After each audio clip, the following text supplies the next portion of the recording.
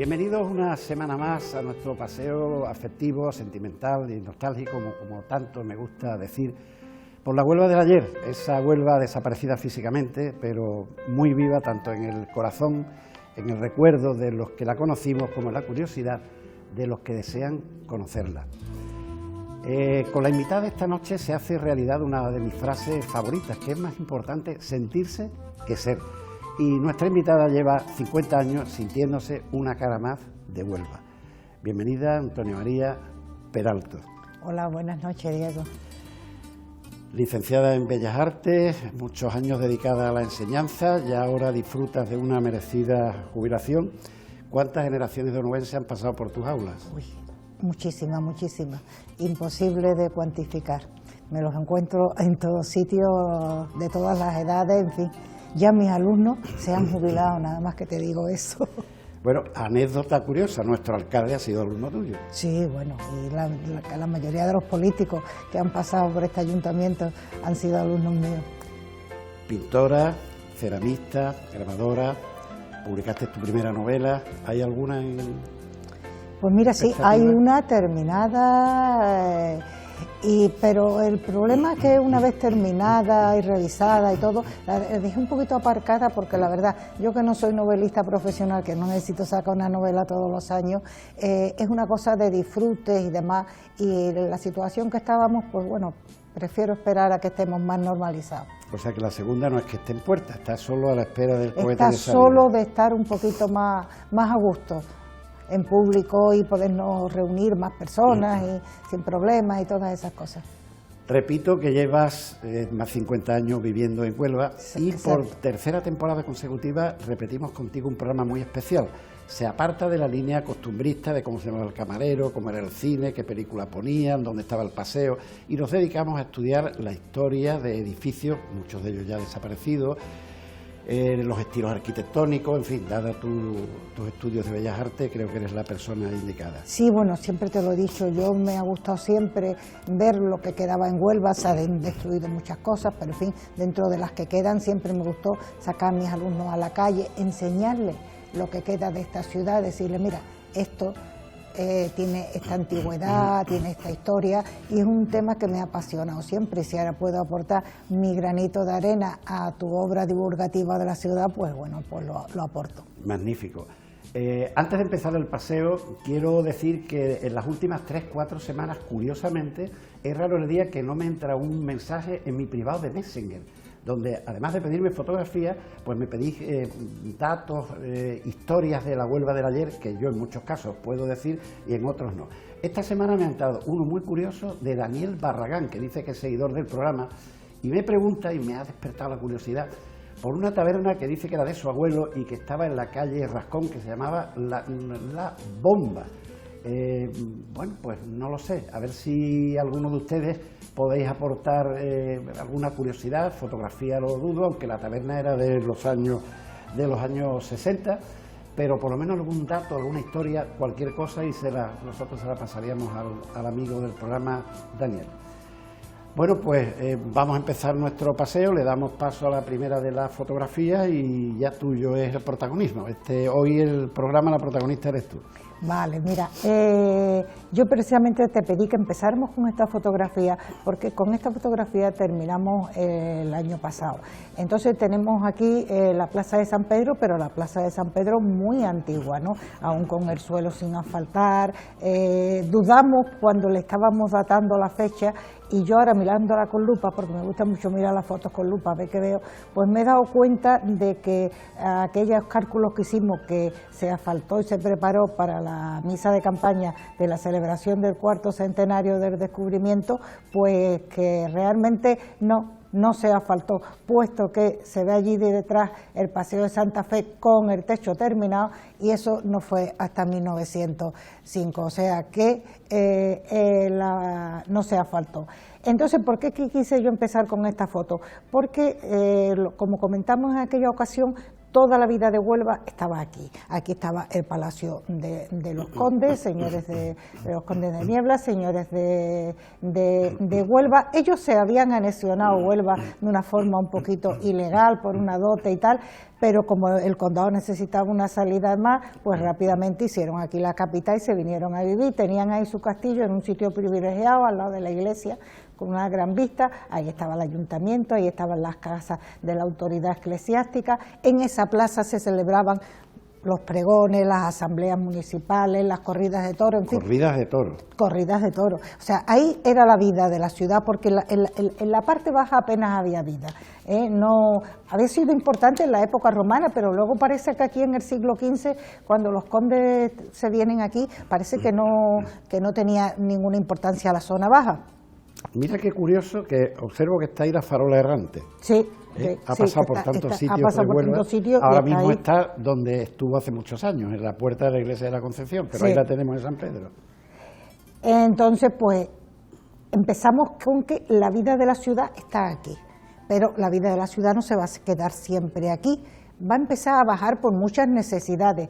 Y fíjate que si pasamos a la foto siguiente, vamos a ver que lo primero que vemos es esta iglesia, que es la iglesia de la Concesión. ¿Qué ocurre? La iglesia de San Pedro era muy grande, de 3 naves, muy grande para el tamaño de Huelva y tal, pero llega un momento en que no es suficiente. Se construye esta iglesia en estilo, en estilo mudéjar.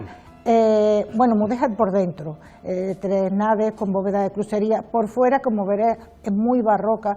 ¿Por qué es muy barroca? Pues porque el terremoto de 1755, la iglesia es del 16, el de 1755, 1765 la dejan hecha polvo. Entonces toda esa portada es barroca, la tribuna que hay encima de la portada es barroca, en fin. Veréis que tiene esa portada barroca con 3 calles, los apóstoles a los lados, San Pedro y San Pablo, la Purísima encima, porque la iglesia que parece ser que es la primera que se dedicó a la Purísima, porque el dogma se acababa de proclamar. Y bueno, la torre cuadrada con su cuerpo de campana, luego tiene un remate en forma de pirámide octogonal con azulejería sevillana, como hemos dicho antes, la tribuna encima de la puerta. Le ha tenido muchas vicisitudes. Sí, ha tenido vicisitudes de todo. Fíjate que el terreno lo donó un señor que se llamaba Cristóbal Dorantes, y la calle, antes de llamarse Concesión, se llamó Dorantes en el siglo XVI. Luego ya hemos dicho que la iglesia, pues eso, primero sufre los 2 terremotos, que hace que su configuración final, su aspecto sea barroco, no sea mudéjar. Después, por supuesto, se destruye en el 36, y después tiene un grave problema con un aparcamiento ya en este siglo, en el 2006, que es la última reconstrucción. En 2006, ¿no? 2006, sí. Ahí es donde se agregan esas bóvedas, que hay a quien le gusta, quien las encuentra horribles, para recordar que ahí hubo unas bóvedas de arista y se hacen unas bóvedas de madera. No me quiero equivocar, que el arquitecto de esta última restauración es Antonio López, que también es uno de los arquitectos que se está encargando de la recreación de la Fuente de las Naciones. Y mira, una cosa muy curiosa de la calle, fíjate que además en esta foto se ven, es que desde siempre en este trámite de calle estuvo restringido el tráfico. Ahí en esa foto, que debe ser muy antigua, como mucho de principios del 20, porque las señoras tienen la ropa hasta los pies. Y hay una librería que nunca he podido saber exactamente, donde luego estuvo muchos años averiguar, el Bazar Mascaró. Pero las señoras tienen la ropa hasta los pies, o sea que como mucho es de principios del siglo XX. Pero tenemos puestos esos hierros, esos pilotes de hierro, para evitar que pasen los carros. Es decir, que casi siempre fue peatonal esta calle, que como ya hemos dicho se llamó Dorantes en el siglo XVI. Bueno, pues antes de cambiar de fotografía, recordemos que ahí estaba la farola errante en esa fotografía. También estaba ahí, o sea que iba de sitio en sitio la pobre. Bueno, pues con esta nueva fotografía nos situamos prácticamente en la puerta de la iglesia, tiramos hacia la izquierda. Exactamente. ¿Qué ocurre a continuación? ¿Qué es lo siguiente que ya se ha hecho una iglesia, porque la iglesia de San Pedro es insuficiente? Ahora los condes, pues, si la vida está abajo, deciden también bajar. Y deciden bajar y compran casas viejas y tal, y construyen su palacio. Quizá la gente dice la calle Palacio, y no piensa por qué se llama la calle Palacio. La calle Palacio se llama porque ese edificio que vemos ahí es que ha sido una oficina bancaria, que ahora es una pizzería. ¿Qué me vas a contar de que ha sido una oficina bancaria? Bueno, tú la oficina la has conocido muy bien. Incluso si lo hubiéramos cogido un poquito más lateral, saldría el balcón de tu despacho, pero bueno.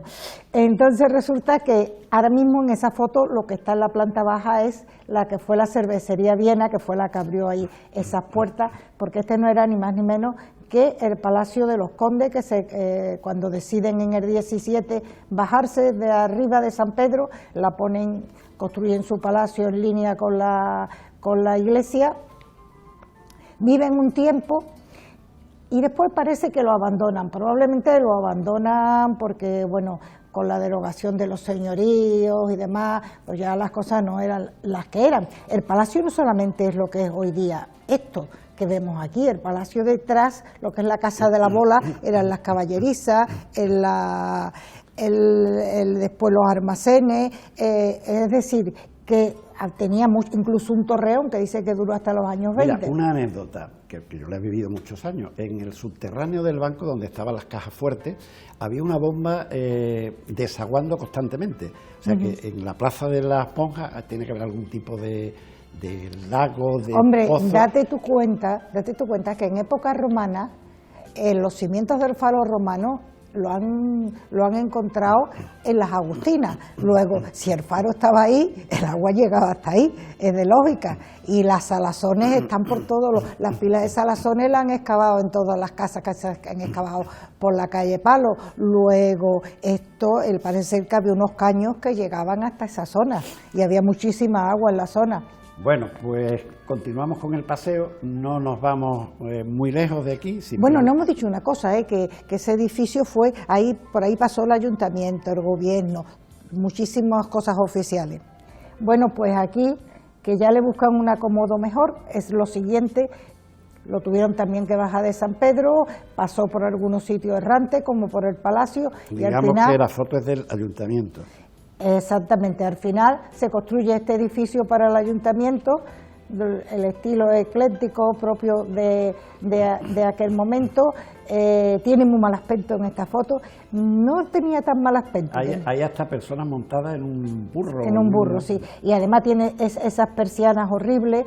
Realmente el edificio pues tenía un frontón muy clásico, con un escudo de Huelva en metal. Eso que hay debajo de las persianas era una arcada bonita de 3 arcos de medio punto, pero bueno, ahí el aspecto no es muy guapo. Pero aparte del aspecto, hemos querido recordar un poco que sí, todo el mundo sepa que antes de la Gran Vía estuvo aquí el ayuntamiento. Estuvo aquí, que se construyó especialmente para ayuntamiento, y que además a partir de ese momento alrededor casi toda la élite de las buenas casas de Huelva están alrededor de... Estuvo la Diputación. Estuvo la Diputación, está la Casa de los Checas, está la Casa del Millón, está el Palacio de Moras Claro, es decir, porque es que además el ayuntamiento, fíjate una cosa, que es que la gente hoy día no se lo puede imaginar, que se entraba, el punto era casi el campo, se entraba en Huelva por el punto, se seguía toda la calle, se continuaba por Moras Claro y te topabas con el ayuntamiento de frente, o esa calle que se transitaba y demás. Y bueno, el ayuntamiento está ahí hasta que se construye el actual en la Gran Vía, y después pues se lo adjudican a Huelva Farmacéutica, sí, por la cantidad de 700.000 pesetas, con la cual el ayuntamiento parece ser que empezó con los autobuses urbanos, la compañía de autobuses urbanos. Después ya se tiró y se hizo ese pasaje Manuel Machado, con esa iluminación tan agradable. Antes del pasaje, una curiosidad para los más veteranos. Al fondo de Huelva Farmacéutica, dando a la calle San Peral, había una fábrica de gaseosas La Fortuna. Tú dirás, ¿y por qué te acuerdas de Gaseosas La Fortuna? Porque yo iba a encargar para la taberna de mi padre, para el negocio de mi padre, iba a encargar los sifones y las gaseosas, que luego las llevaban en un carro tirado por un mulo. Me acuerdo el nombre del repartidor, se llamaba Sebastián. Entonces, esta gaseosa era de los hermanos Barroso, Carlos y Odulio. Una anécdota de que iba yo a Huelva Farmacéutica porque tenía familia que trabajaba allí, y iba a la trasera a hacer los encargos para el negocio de mi padre de Gaseosas La Fortuna. una curiosidad. Bueno, pues no nos movemos de la calle del Puerto, y si pasamos la fotografía tendremos la Casa de los Trianes. La Casa de los Trianes, que forma parte del trío de las 3 casonas barrocas que había en Huelva y que se tiraron las 3, la de los Garrochos, que era un poquito más señorial que esta, la del Diablo, la Casa del Diablo, y esta. Esta sigue el esquema de las casas barrocas, 2 plantas, el balcón grande encima de la puerta principal, vanos a ambos lados. Luego parece ser que tenía un patio con arco, con arcada y un pozo, donde está una fecha de 1760, porque esa es la fecha en la que la compra Triane. Antonio Triane era un comerciante de Ayamonte que en el momento que compra la foto, en el momento que compra la casa, es alcaide del castillo. Entonces, bueno, se configura totalmente en estilo barroco y dura X años hasta el cuartel de la Guardia Civil. Yo la conocí como cuartel de la Guardia Civil. ¿La audiencia también estuvo ahí? También estuvo la audiencia y yo la conocí como cuartel de la Guardia Civil. Y se tiró como se tiraron otras, y en su lugar se construyó... Y no me puedo resistir. Y se pueden hacer barbaridades, pero lo que ha hecho la Telefónica, que es un inmenso muro de 8 o 10 metros de altura, sin ningún encanto, sin ningún movimiento, sin ninguna gracia. O sea, se han hecho aberraciones en esta Huelva de mis amores, pero la aberración de lo que sustituyó la Casa de los Trianes, pues no eso tiene es terrible, nombre es terrible. Ni apellido. Vamos. Es terrible. Y que no se haya conservado ninguna de estas casas, si había pocas, más motivo para conservarlas, con el trabajo que costó tirarla de los Garrochos, que esa la vimos tirar y no eran capaces de tirarla. Sí, señor. Bueno, pues en fin, arrancamos desde aquí y seguimos calle Puerto arriba, y llegamos, mira qué foto más curiosa, están tirando para construir, pero han dejado ese cachito de casa, porque ese trocito de casa tenía ese argime, que es una ventanita donde normalmente tenía una celosía, desde donde se ve sin que te vean, y donde suele haber 2 arcos gemelos, y en el centro un partelú, que suele ser una columnilla. Digamos que esto estaba situado, si tú venías bajando para el Paseo de Santa Fe, te tropezabas directamente con ahí la dejaron, que eso sí iba a caer, menos mal que en un momento dado la cogen y se la llevan a la cinta donde se conserva. Por supuesto, eso sería de una casa anterior, porque Amador de los Ríos, cuando viene a documentarse para hacer su obra Huelva, le gusta mucho y habla mucho de él, y entonces, bueno, pues lo piensa que por el ladrillo, por la forma de la columnilla central, en fin, por todo, tiene los arcos cairelados también, por todas esas cosas piensa que es del siglo XVI, por supuesto de influencia árabe, mauritana, que él se trae a la península, que más o menos influenciado por los estilos arquitectónicos, perdura hasta ese momento. Y entonces, bueno, quien quiera disfrutar puede ir puede verlo en la cinta, cinta, afortunadamente, antes que se cayera el trocito de casa que dejaron, se lo llevaron. Bueno, pues no tenemos que movernos muy lejos de aquí para ir hacia la zona donde estaba la iglesia de San Francisco. Vaya historia que tiene esta iglesia. Esta iglesia tiene muchísima historia.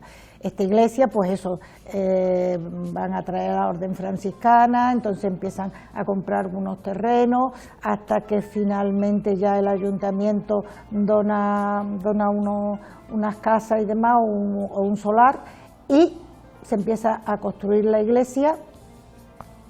A finales del 16, la iglesia, como es franciscana, bueno, pues sencillita, es una especie de cajón con unas capillitas laterales, con una techedumbre a 2 aguas, en la puerta pues tiene un frontón y unas pilastras adosadas, pero en fin, no tiene una exuberancia. Siempre me pregunto, hablando de la puerta, y yo lo he vivido y lo he conocido de ¿Cómo niño, entraban y salían las hermandades? ¿Cómo salían ¿no? las hermandades? Pues creo que hubo 3 hermandades de Huelva, la Esperanza, los Mutilados, incluso el Rocío estuvo un tiempo, creo.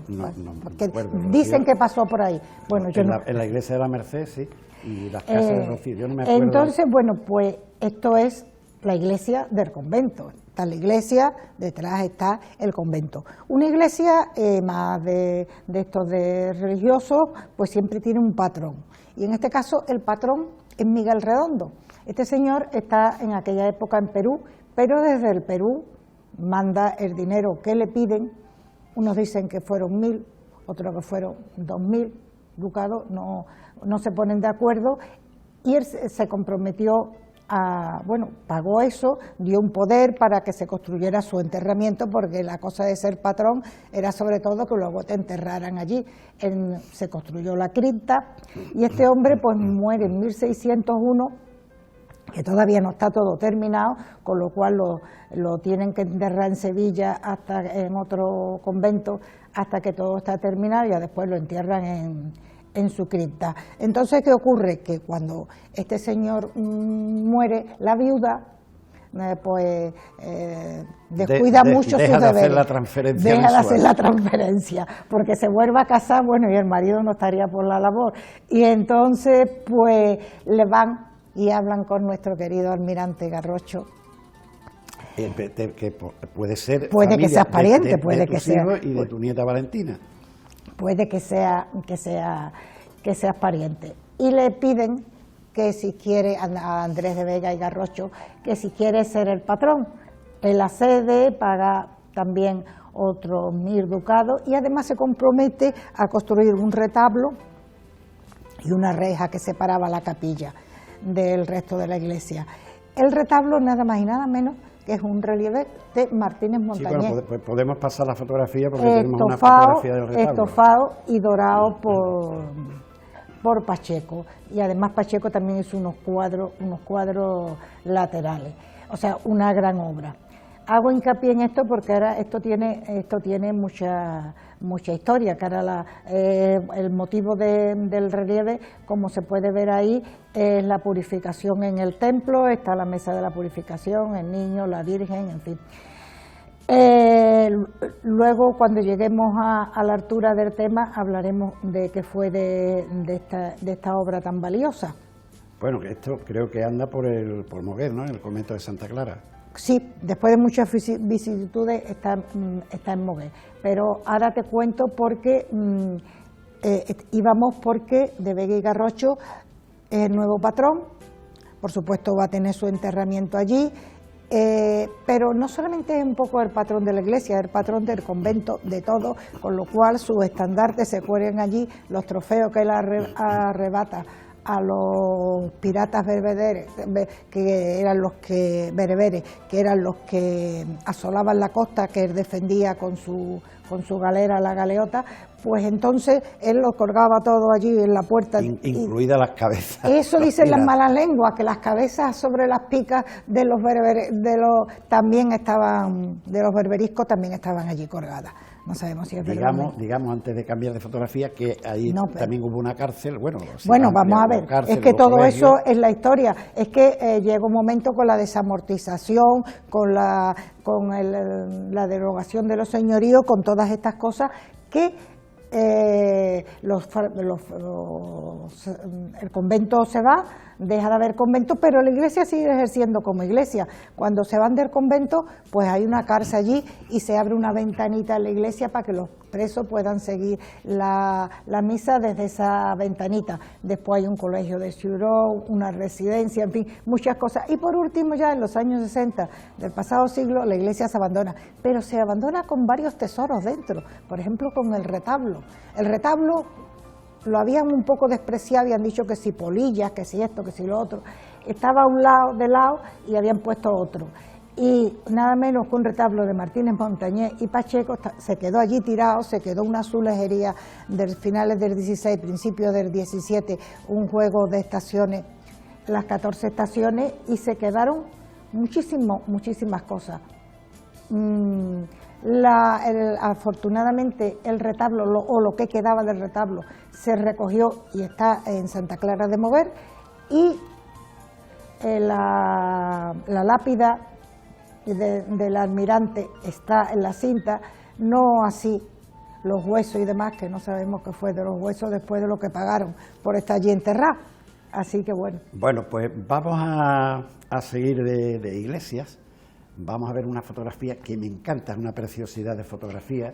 Sí, y mira. es la Plaza de la Merced ya con templete, la iglesia, el hospital. Sí. Esto en un momento determinado, bueno, pues el conde quiso que que la Orden de la Merced, que no estaba en Huelva, viniera. Y entonces le dice que quiere construir allí una iglesia donde está la ermita de San Roque, que era el final de Huelva por esa parte, ya no había nada más. Eso era una zona muy insalubre, con muchísimas humedades que siempre le salieron al convento, y se construye convento, iglesia.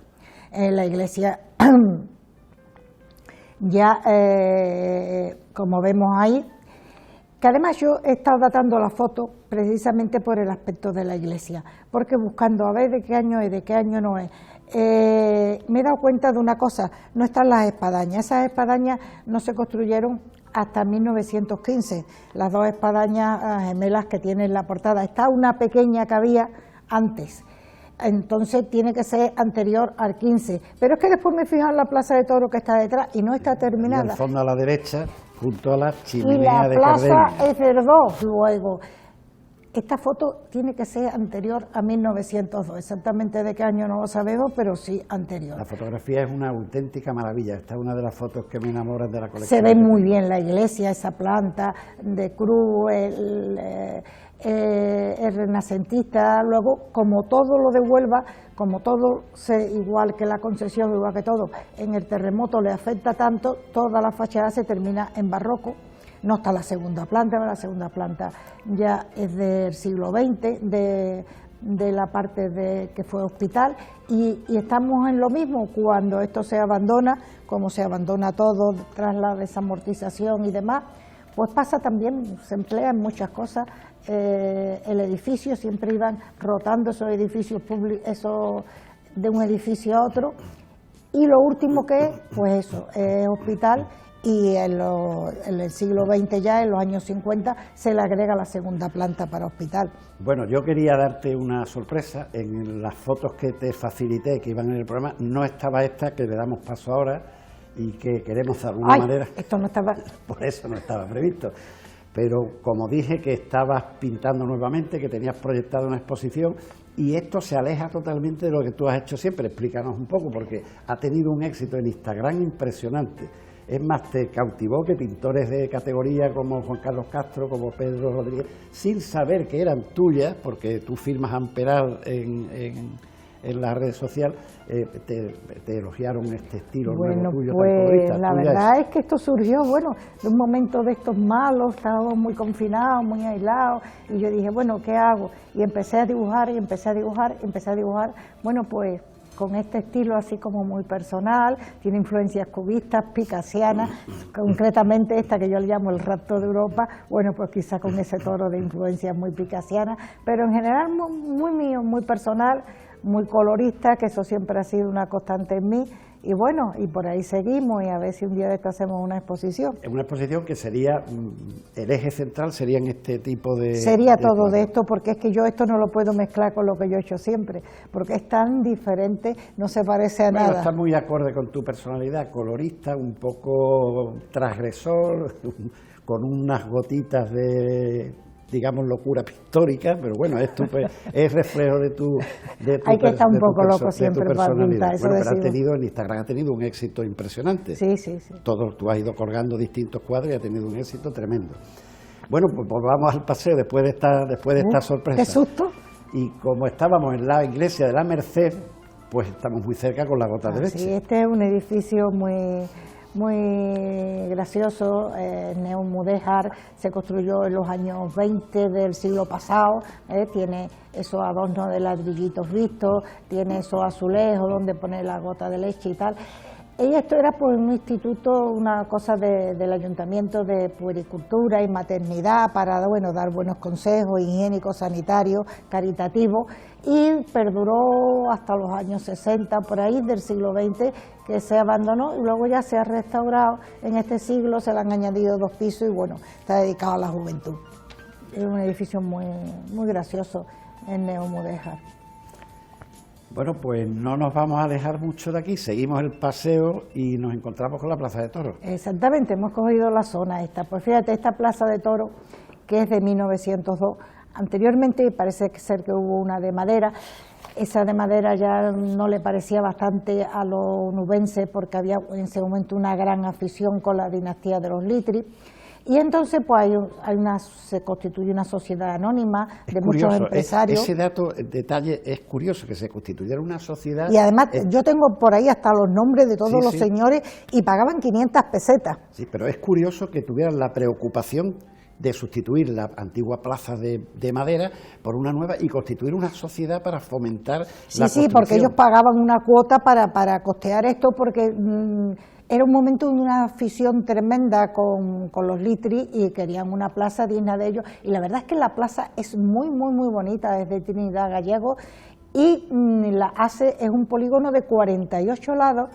La hace en estilo neomudéjar, con esos adornitos de los arcos de ladrillo vistos. La verdad es que es muy bonita. Luego parece ser que tiene un ruedo de las medidas exactas, ni muy grande ni muy pequeño. Y duró, bueno, hasta que un poco se fue abandonando, porque pasó un poco el tema de los litri y demás, y se construyó una nueva, que como todos sabemos, duró 3 días y medio y se hundió, porque aquella zona del Colombino, que es por donde estaba y demás, parece ser que era mala para la cimentación, y entonces se volvió la vista esta que seguía ahí, pobrecita, abandonada, y dijeron, pues vamos a arreglarla, y ahí está, que es muy bonita. Una curiosidad, la inauguración en septiembre de 1902, con toros del Marqués de Saltillo, por el Litri y por Machaquito. Sí, uno de los Litri. En la colección que tenemos de temas taurinos, tengo una fotocopia del cartel de esa corrida, me la dieron un sitio donde yo, cuando tenía reuniones de trabajo en Sevilla, íbamos a desayunar,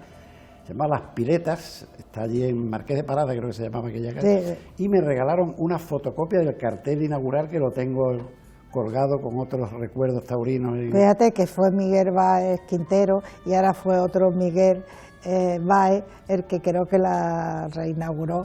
Bueno, sí, lo reinauguró el padre del último Litri. Que la reinauguró con Curo Romero y Pepe Laís Vázquez en el año ya 84. 84, y aquí un hecho que ocurrió nefasto en esta plaza fue la muerte de aquel novillero en el 54. Tengo que decir creo, que de Carbonell. Rafael Carbonell, que a mí mi padre me llevaba tanto los sábados al manifiesto, que es donde salía, como a muchas novilladas. Y entonces ese día, que fue en el día del Corpus Christi del año 1954, yo estaba allí con mi padre viendo la corrida.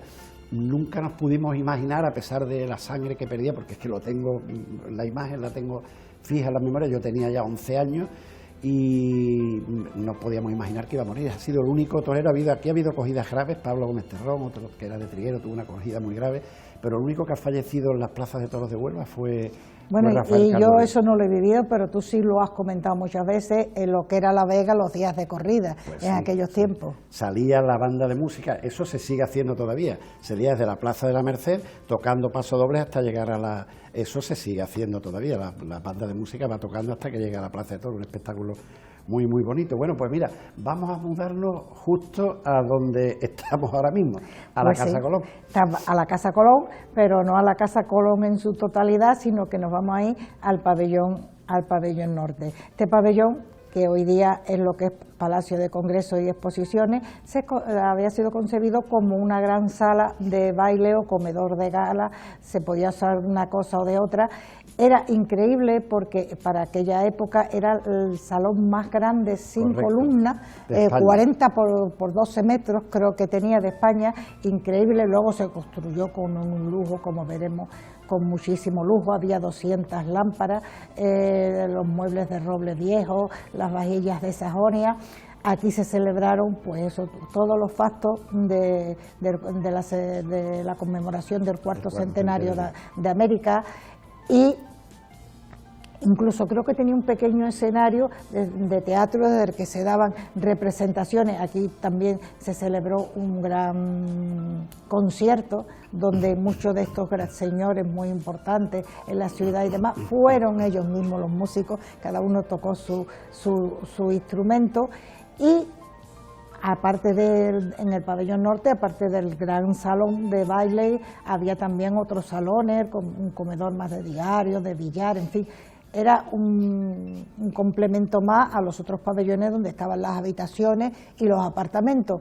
¿Qué ocurrió? Que la gente piensa que esto se tiró, porque se iba a construir el Palacio de Congreso. Se alegaba que estaba en mal estado, pero no es cierto, o sea, estaba ya caído. Cuando se realiza en el siglo pasado, se realiza la cesión al Ayuntamiento de Huelva, ya la compañía lo había tirado quizá como una presión para que el Ayuntamiento le diera la permuta. Eso me lo confesó aquí en este mismo programa Alfonso Aramburu. Lo recuerdo, cuando él lo confesó, que era el arquitecto municipal y estuvo en las negociaciones. Mira, o sea que de tirarlo, como dicen por ahí, para construir el Palacio de Congreso, nada. No, para construir un bloque de vivienda. Y una curiosidad, aquí se siguieron celebrando espectáculos y en los años 60, en Navidad, se hacía una kermés benéfica y yo recuerdo una de ellas que vinieron los 5 latinos, que eran súper conocidos entonces. O sea, yo no tenía acceso, pero vamos, sí, fue un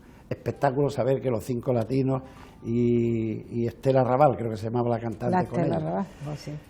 Bueno, pues vamos a pasar a una foto que, por lo que comenté cuando te pasé el programa, te encantó esta fotografía por el mercado de Santa Fe. Hombre, sí, aquí vemos... Mira, perdona, allí al frente está la Jime. Allí se ve al final del todo. Bueno, pues que este mercado, la verdad, es que es una maravilla. Este edificio es de la arquitectura industrial, una representación única de la arquitectura industrial del siglo XIX. Entonces, Polonceau, un arquitecto francés que había hecho varios mercados y otros edificios, con esto está organizado todo alrededor de un gran patio central. Este tiene el máximo que se le puede dar, 24 por 24 metros, y la techedumbre va concéntrica en 3 alturas. Es una pena porque aquí no se aprecia, en 3 alturas hasta que cierra arriba. La verdad es que es una maravilla de aquella representación. Luego tiene muy poco sustento, es decir, para que abajo haya más espacio diáfano, solamente hay 12 columnillas muy delgaditas, metálicas, de hierro con capiteles corintios. Por fuera pues vemos esa decoración con ladrillo visto alrededor de los vanos. Tenía incluso un gran sótano para conservar bebidas y otras cosas, sótano por un lado, semisótano por el otro, y la verdad es que es una representación única de un estilo.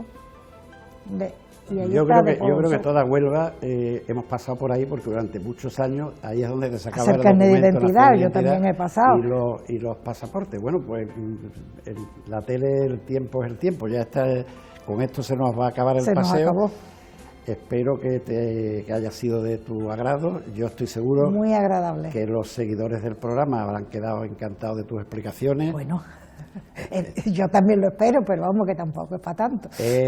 Bueno, esto lo hemos venido haciendo estas 3 últimas temporadas, cambiar por un día el programa costumbrista, que es donde yo te digo cómo se llama el camarero, qué película echaba y tal, por esto donde ahondas más en la historia, en las raíces, con profundidad de edificios, de los poquitos que tenemos en Huelva, pero bueno, si este poquito lo cuidamos y lo conservamos y sobre todo hacemos lo que acabas de hacer tú, que es darlo a conocer, la historia y las características de cada uno, pues muchísimo mejor. Bueno, pues muchas gracias. Gracias a ti por invitarme. Bueno, y a todos ustedes, queridos telespectadores, yo espero que este programa, que vuelvo a repetir, en las 2 temporadas anteriores también se ha hecho uno similar con la presencia de Antonia María, os haya ayudado a conocer detalles, características de estos edificios, que algunos ya desaparecidos y otros, por cierto, este último que hemos tenido, parece ser que ya se va a emprender su restauración, lo cual sería una magnífica noticia. Muchas gracias por vuestra atención, por vuestro seguimiento, y deciros que os espero el próximo viernes, y hasta entonces que sean ustedes especialmente muy felices.